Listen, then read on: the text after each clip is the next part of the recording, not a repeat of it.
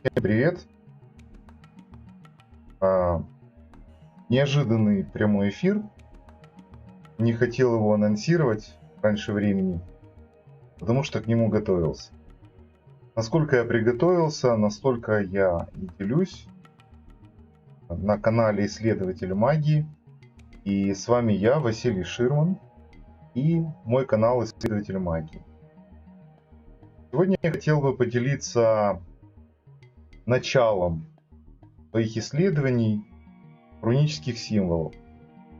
В данном случае древних гальдерставов, символов, также разбор рунических формул, всевозможнейших колдовских моментов, касающихся северной традиции и в частности рун.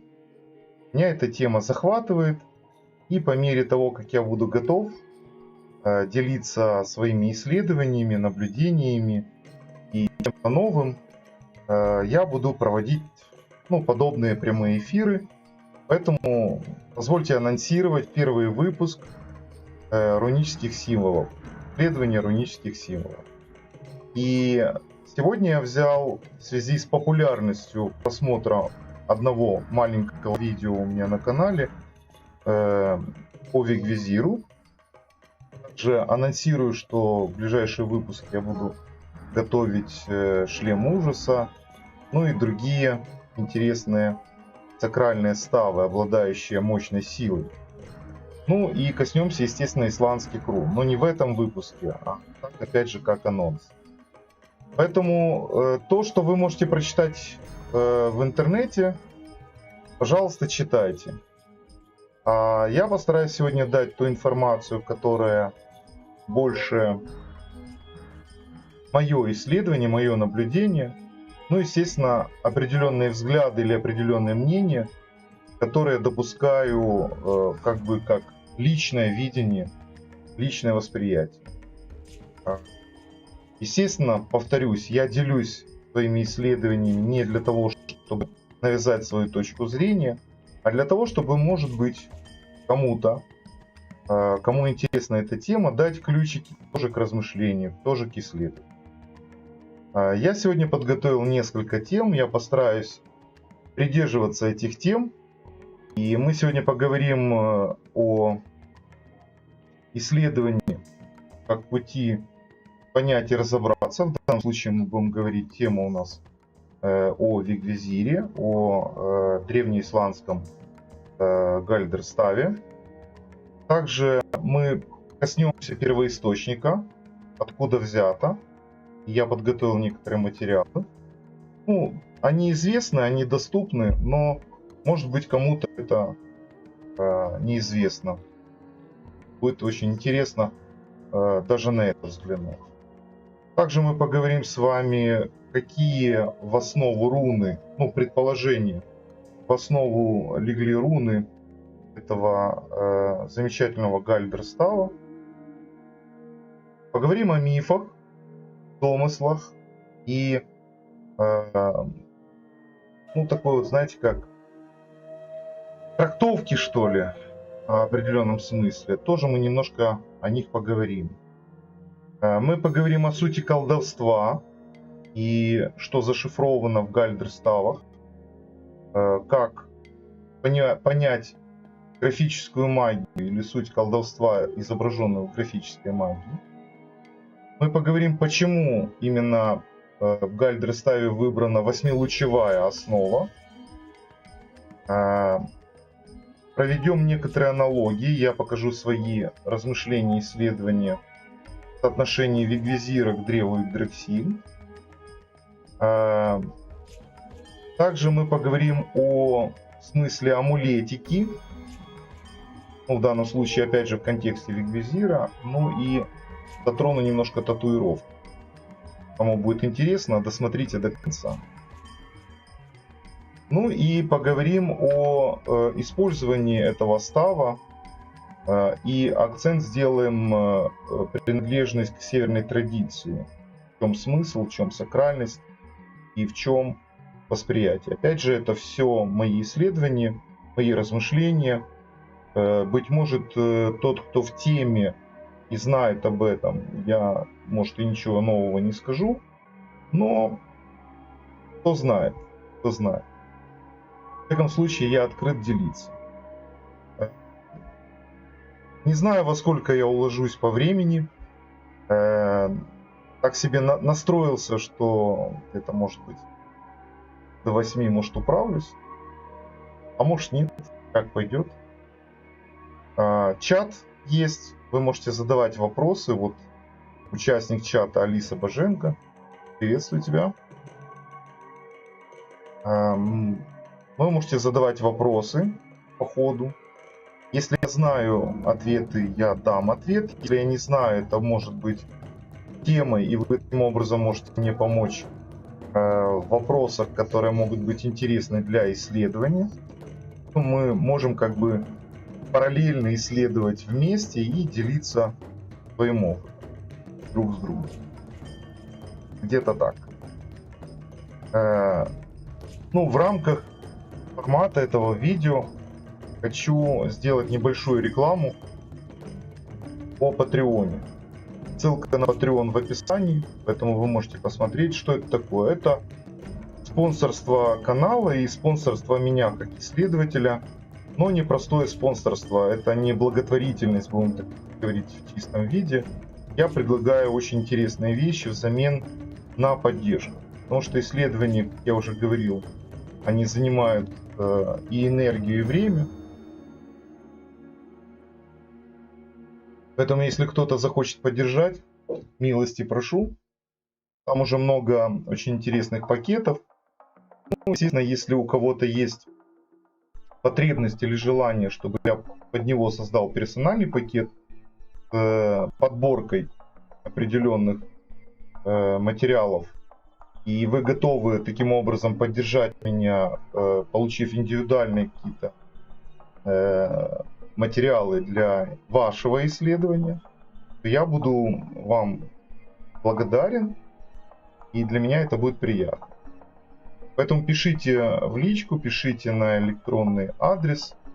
Его тоже можно найти и на канале, и вообще я доступен. То есть, если нужно, я под вас создам персональный пакет с определенной подборкой материалов. Также вы можете здесь, даже не уходя далеко, или в чате, или в комментариях под этим видео, кто будет присутствовать, вы можете задать вопросы и получить ответы. Тому яркий пример: в одном из видео был задан вопрос, по-моему, по поводу духов. Последнее видео был задан вопрос, что с этим делать, и я снял отдельное видео. Поэтому интересные вопросы, не исключено, что я буду делать отдельные выпуски. Естественно, есть такой пакет даже в Патреоне, что вы можете задать вообще супер интересный, интимный вопрос. Я могу ответить лично для вас, написав видео. То есть и такой пакет.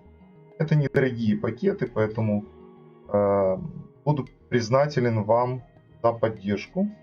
И, естественно, в ответ вы получите материалы, если вам интересно. Пани Яна, доброго времени. Мовою рун. Совершенно верно. Языком рун. Ну что, о чем будет прямой эфир, я рассказал. Сделал рекламу. В конце я скажу еще что-то. Ну, а вы присаживайтесь поудобнее. Если кто не заварил чаек, заварите чаек. У нас будет долгая и интересная беседа. И мы начинаем. Первое, о чем я хотел сказать, это есть такой постулат в магии, который гласит: допустим, это может быть. И любой исследователь магии, который пускается в исследование, который желает как бы пройти путь исследователя и узнать что-то новое, он не может по-другому подойти к тем дверям тайны или дверям неизвестности, не взяв за основу, допустим, это может. Потому что изначально неверие или не принятие того, что это не может быть или еще что-то, то есть некое отрицание, оно сразу блокирует доступ к познанию. Поэтому маг-исследователь в первую очередь ищет варианты, где он ищет больше возможностей, да, и допускает, что все может быть. То есть не опровергает, будем так говорить, варианты того, что возможно. Мы до конца не знаем ни себя, ни Вселенную, ни планету, на которой мы живем. Чтобы так вот категорично говорить, это неправильно, этого не может быть, вы тут нафантазировали и так далее. Допустим, все то, что вы можете сказать, что это все лапша, что вы там нажрали каких-то мухоморов и галлюцинируете, допустим, и это может быть. Хотя я сейчас в доброй памяти и абсолютно не употреблял никаких грибов и тому подобное, как некоторые мне комментируют. Но суть не в этом. Суть в том, что и это может быть. То есть, если мы допускаем все возможности для нашего исследования, особенно на пути мага, если мы берем этот принцип, или даже его можно поставить наряду с постулатом, то, в принципе, тогда нам открываются очень многие дороги, да? Открываются многие возможности.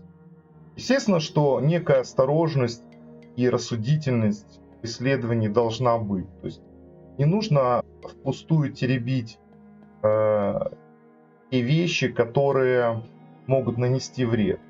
Но перед тем, как теребить эти вещи, лучше их исследовать. Но опять же, исследовать можно именно с позиции. Допустим, это может быть.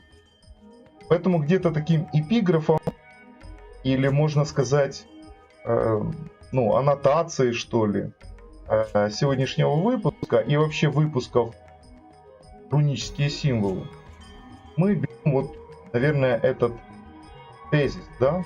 Тезис, постулат, принцип. Допустим, это может быть. Так что же у нас может быть? Следующим пунктом исследования это путь понять и разобраться. Понять и разобраться это не просто интересный момент, свойственный любопытному человеку, в данном случае исследователю.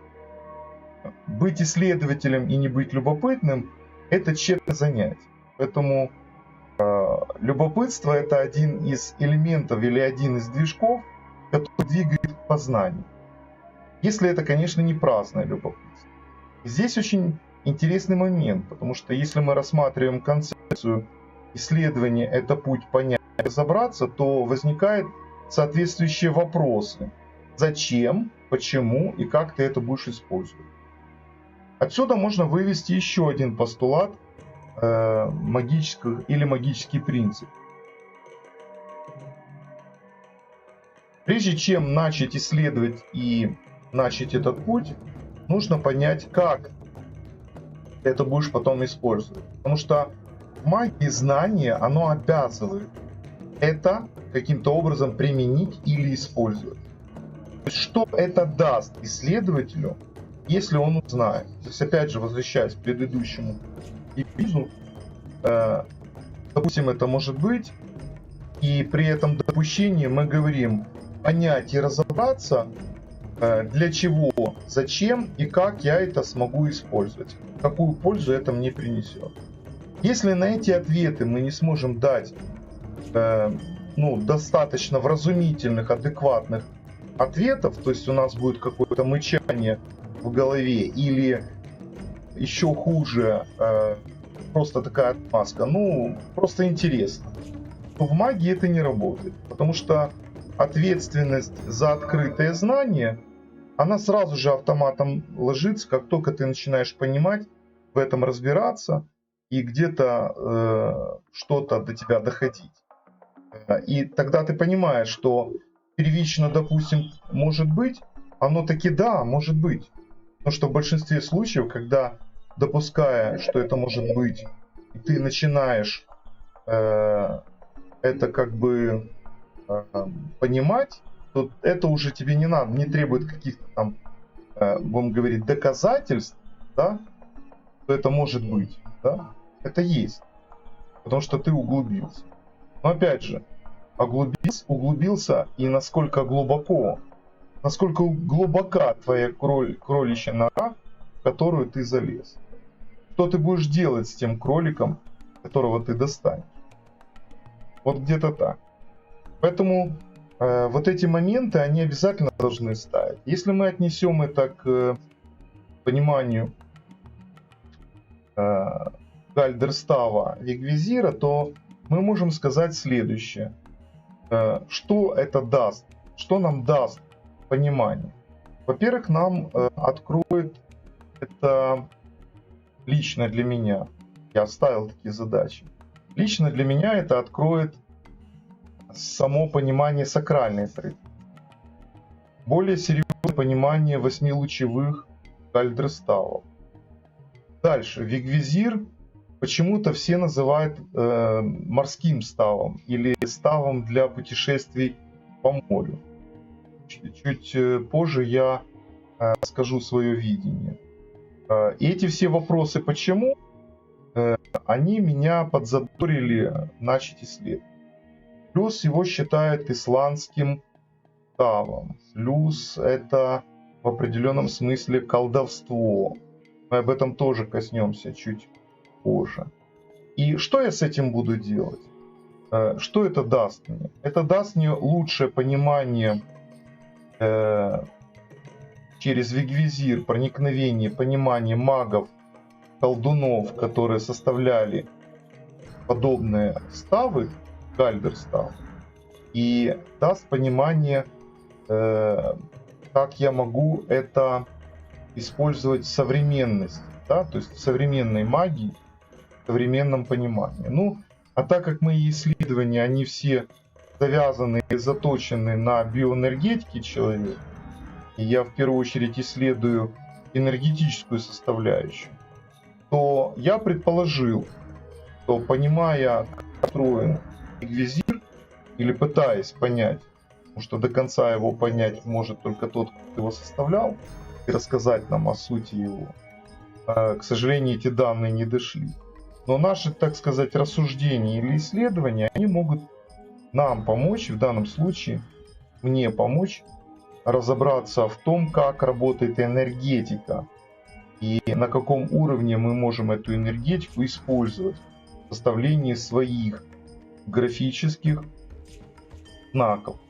Гальдерстав, насколько это переводится, это колдовской знак или колдовская пометина или колдовское изображение. И мы об этом поговорим опять же чуть позже. Поэтому второй задачей исследования — это путь понять и разобраться. И мы примерно предполагаем, то есть я, например, для себя предположил, что это может дать для меня новый виток исследований работы энергетики древних ставов, который используется до сих пор. И многие говорят, что он им помогает и так далее. Может, они себе внушили, но для меня нужно понять энергетику этих древних знаков, которых, как говорилось в саге об Эгеле, рун не должен резать тот, кто в них не смыслит, в непонятных знаках всякий может сбиться. Поэтому исследование заключается в том, чтобы понять смысл, да, непонятных знаков и разобраться, чтобы не сбиться, а наоборот приобрести. Откуда взять Вигвизир? И вы, наверное, знакомы, кто занимался данной тематикой. Таким замечательным манускриптом, Хулт манускрипт. Я, может, не знаток ирландского языка или новоисландского языка. Не обессудьте, поэтому знатоки пусть не умничают, а поправят меня. Если я в чем-то не прав, Тем более я готов учиться даже у знатоков. Это манускрипт, который доступен, его можно найти в интернете. И Гальдерстав взят именно отсюда. Гальдерстав Вигвизир. Я вам сейчас его покажу. Он в конце этого манускрипта. Правая часть нам не особо нужна. А вот левую почему бы не рассмотреть.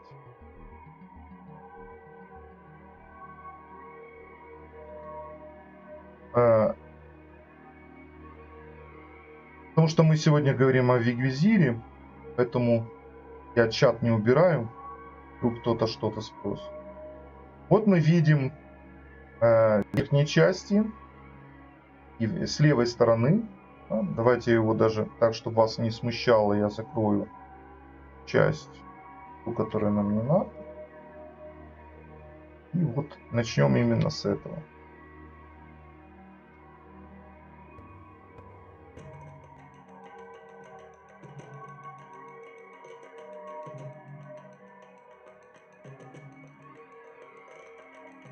Вот. Мы можем видеть так называемый Вигвизир. И то, что мы видим по краям надпись, которую переводят как «Кто этот знак носит при себе, никогда не потеряет дороги, ни в шторм, ни в непогоду, даже когда путь неизвестен». Перевод я взял у Антона Платова, Леонид Кораблев его подобно повторил. Единственное, что Антон Платов в своей красной тетради затронул эту тему, а Кораблев в графической магии. Поэтому, кто не знаком с этими трудами, рекомендую ими знакомиться. Единственное, что те первоисточники, которые исследователи, коллеги, которые исследовали эти уставы, они коснулись их вскользь, как и Леонид Кораблев. Хотя, может быть, я не со всеми трудами знаком Леонида Кораблева. Но у меня еще, надеюсь, будет время познакомиться и с другими работами замечательного исследователя испанской магии. И Антон Платов. Вот где-то пока вот два источника, с которыми я ознакомился, которые меня натолкнули на определенные размышления. И этот перевод якобы максимально близок. Мне, естественно, задается вопрос, я сразу задаю вопрос. А кто сказал, что он морской став? Вот глядя на это, кто-то сказал, что он морской став. Он для тех, кто путешествовал на корабле. Скажите, кто этот знак носит при себе, никогда не потеряет дороги, ни в шторм? Это определило его принадлежность к морским Гальдерставам. Вот у меня большие сомнения. Знаете, я очень сильно сомневаюсь. Плюс чуть позже отдельно я коснусь того, что их великое множество разнообразных импровизаций, особенно предлагаемых для татуировок. Ну да, такое дело. Дело каждого. Татуировок мы коснемся, как я говорил. И разных импровизаций. Слегка коснемся, чтобы не было такого, знаете, что я тут умничаю, что это можно, что это нельзя. Но я беру первоисточник. Вот его взяли с манускрипта, все апеллируют к манускрипту.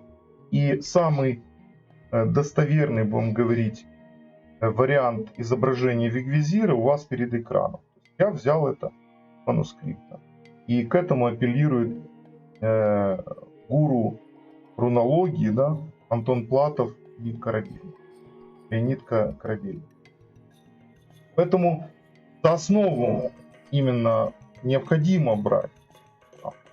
И он никак не морской, он никак не для путешествий по морю викингов. Вот здесь вот тоже отдельная тема для рассуждения. При первом рассмотрении, первичном рассмотрении мы видим, что он 8-лучевой. Мы видим, что он направлен как бы на 8 сторон света, как бы. Но, а кто сказал, что это в некотором смысле компас? Понимаете? Опять же, мы берем первоисточник. Кто этот знак носит при себе, никогда не потеряет дороги. Дороги. Не направление, не пути там, или еще, может быть, дорога переводится как путь. Я еще не знаю, как там морские эти термины. Ходят по морю, да, не плавают, а ходят. Вот.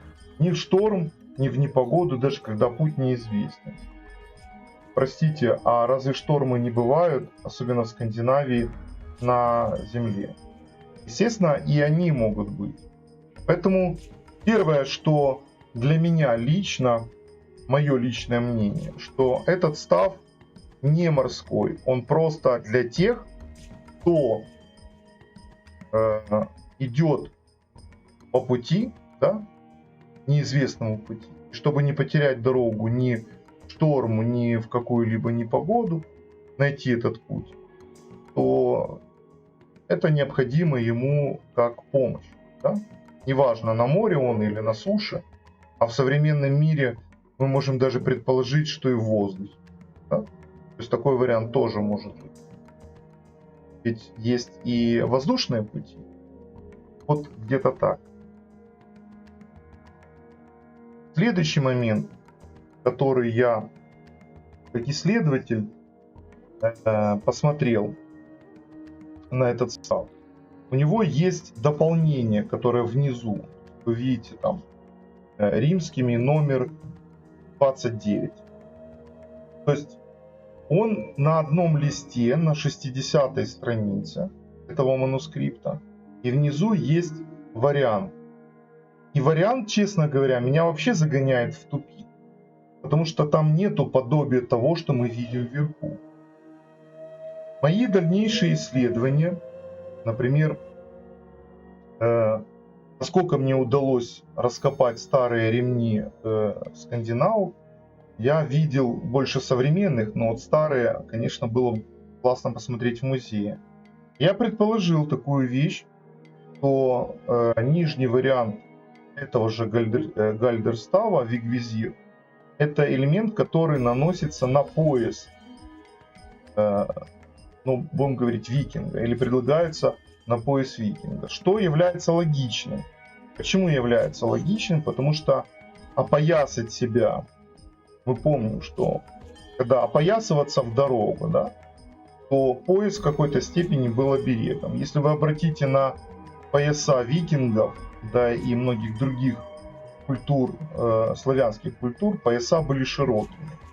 И, как правило, на этих поясах можно было начертать любые узоры, начиная от кельтских, заканчивая какими-то сакральными, или вплоть до того, что даже женщина могла что-то вышить или заложить какие-то обереги. Естественно, для меня это становится, например, логичным, и я допускаю, что это может быть, что нижний вариант гальдерстава это вариант нанесения на пояс или на какую-то ленту, или на длинный элемент, который можно было бы носить.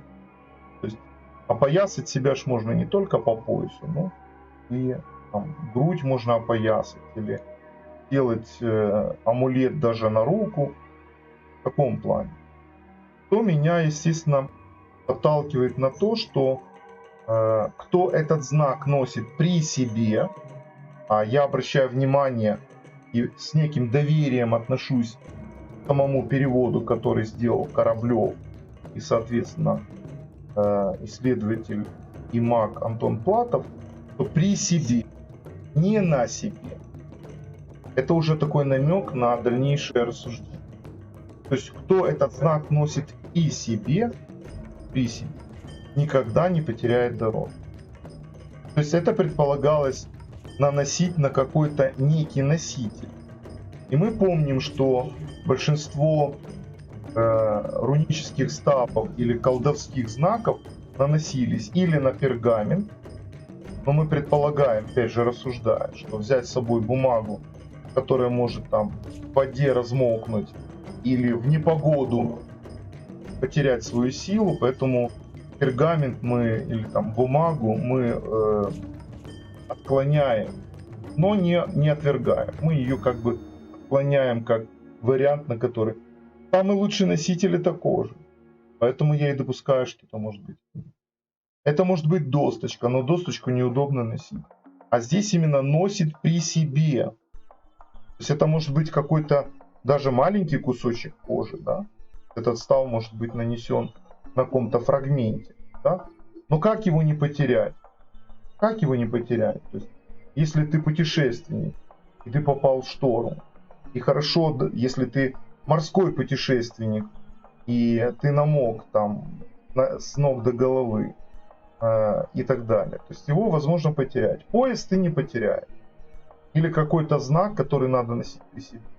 Если он где-то у тебя в кармане или где-то спрятан надежно, то потерять его невозможно. Я допускаю, что даже если вигвизир был нанесен на меч, на предмет, который мы не оставляем. Знаете, как современные люди не оставляют iPhone или смартфон, везде с собой носят. То есть, естественно, это современный человек, где его будет носить, понятно. Или на шее. То есть амулет, который потерять очень сложно. Поэтому я исключаю вариант нанесения вигвизира на тело. Об этом мы поговорим чуть попозже. Это то, что носишь при себе. То есть, когда опускаешься в сложные условия. Следующий момент, на который следует обратить внимание, это культура скандинавов. Скандинавы свято верили в северных богов. Многие викинги шли умирать с криком «Вальхалла», да, мечом в руках. И опасности, которые преследовали, или опасности, которые были в те времена, в ту эпоху, они были на каждом кругу, на каждом шагу.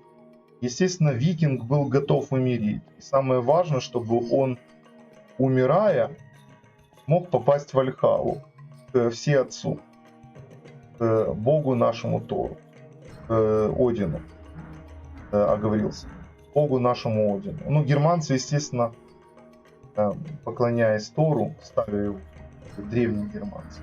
Но тем не менее, Богу Одину. Естественно, мы все знаем мифологию о 9 мирах.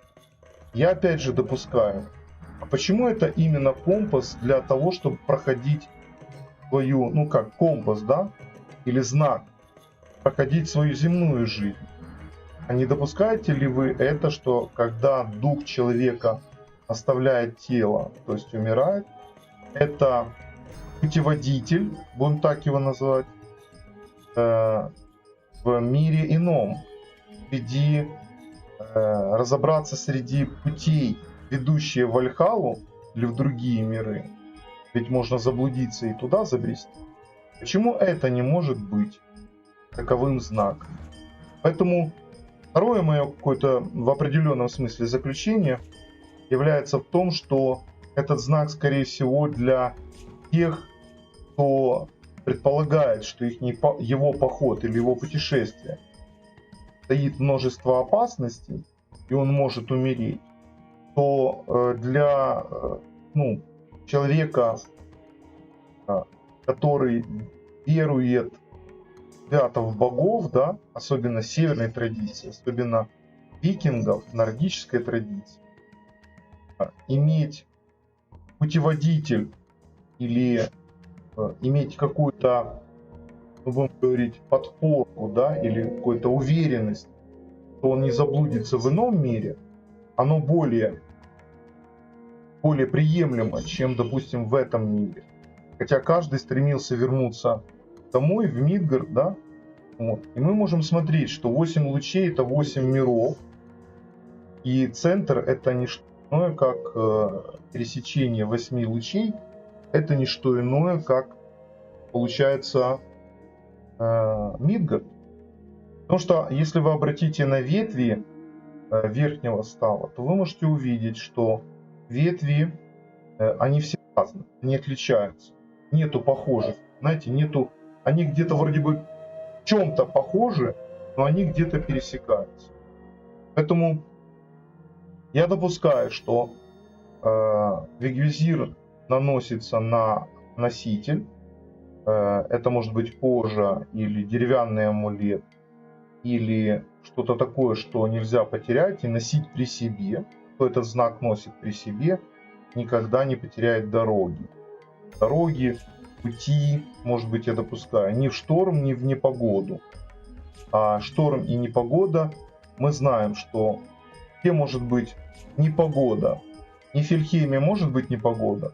Мир туманов и обманы, иллюзий, да? Мир инистых великанов. Жутко холодно. Кель. Царство мертвых, да? Где вообще может быть шторма. Луна Хагал правит, да? Хагалас, разрушение, град.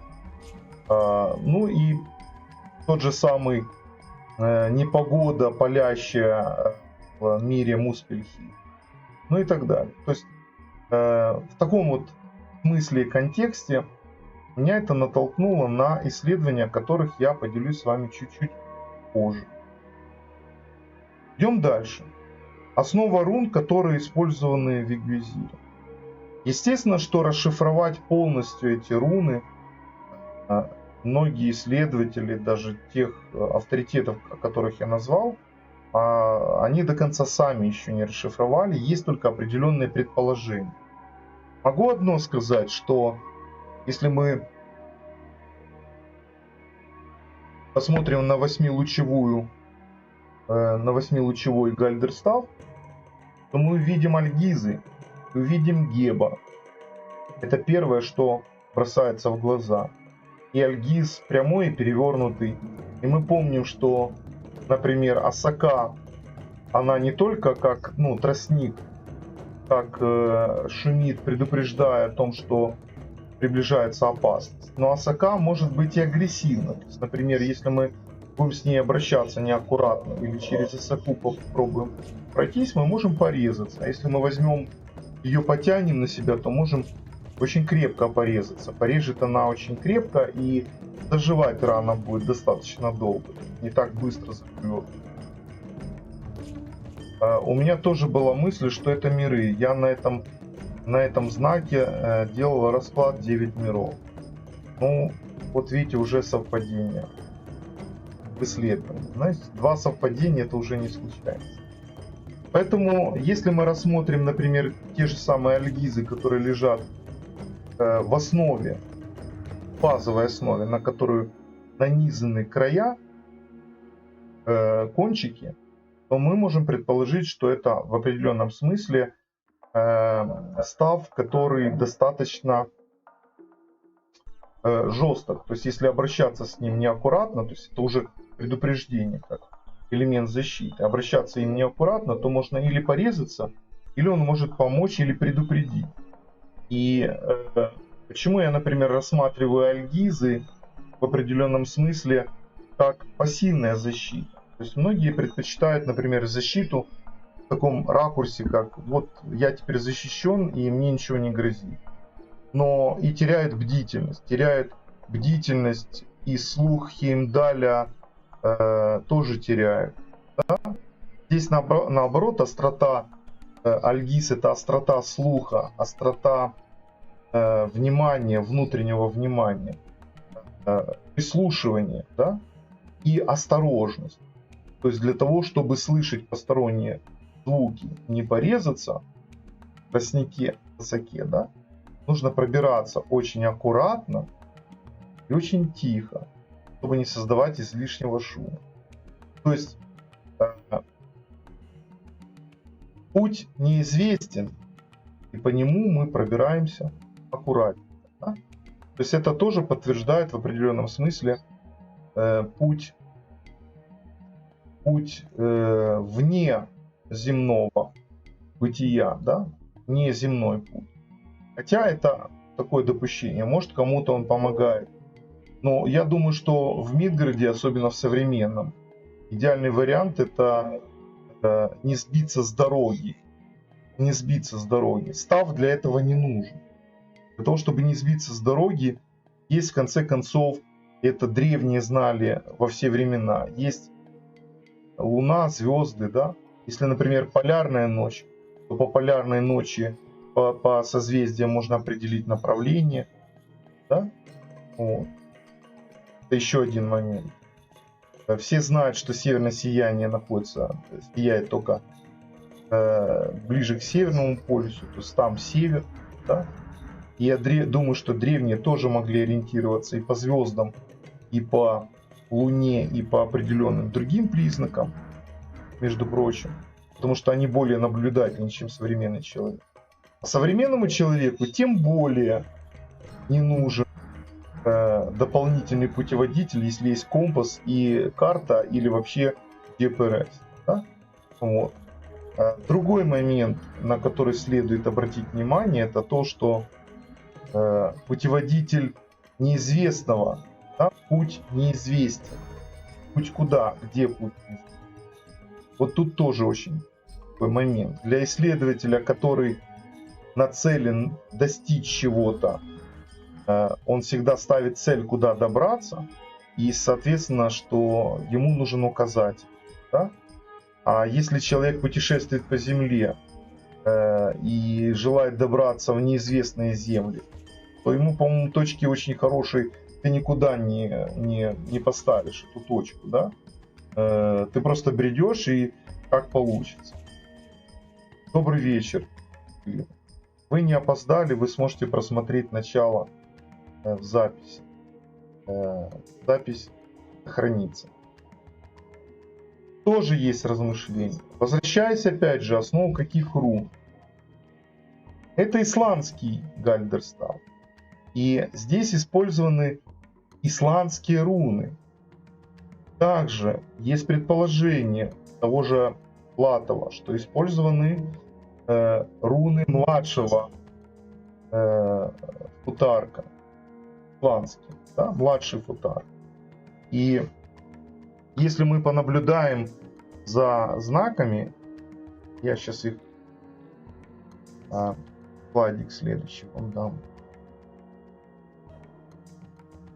Мы можем увидеть, например, мы видим здесь младший футарк. И в какой-то степени, если мы посмотрим на сам став, особенно на его фрагмент или вариант, Александр Миргарян, приветствую, мастер рун.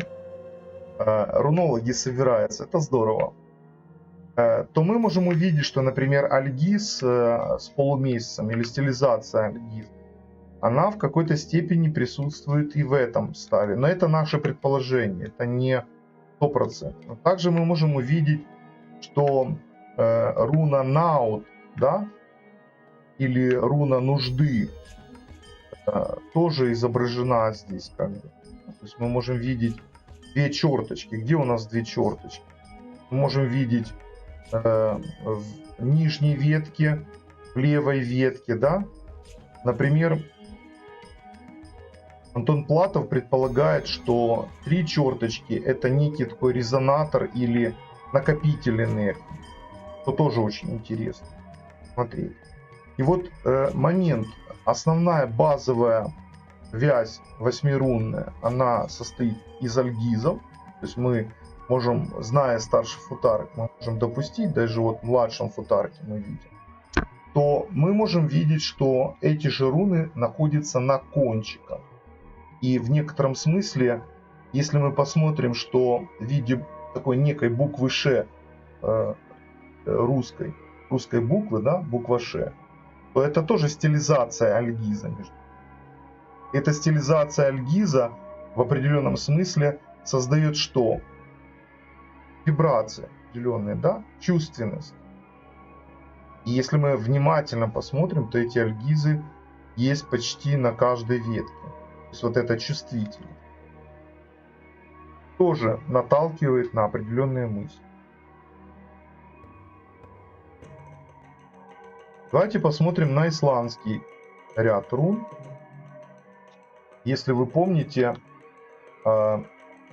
они имеют 22 руны, да, белого и черного ряда.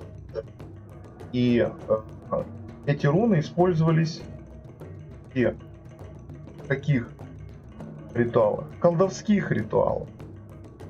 Поэтому мы можем, наблюдая вот эти вот вещи или рассматривая сам манускрипт, я вам сейчас его немножко пролистаю, мы можем увидеть импровизацию этих рун или в некотором смысле стилизацию. И мы знаем, что иногда для того, чтобы руны не были расшифрованы, их в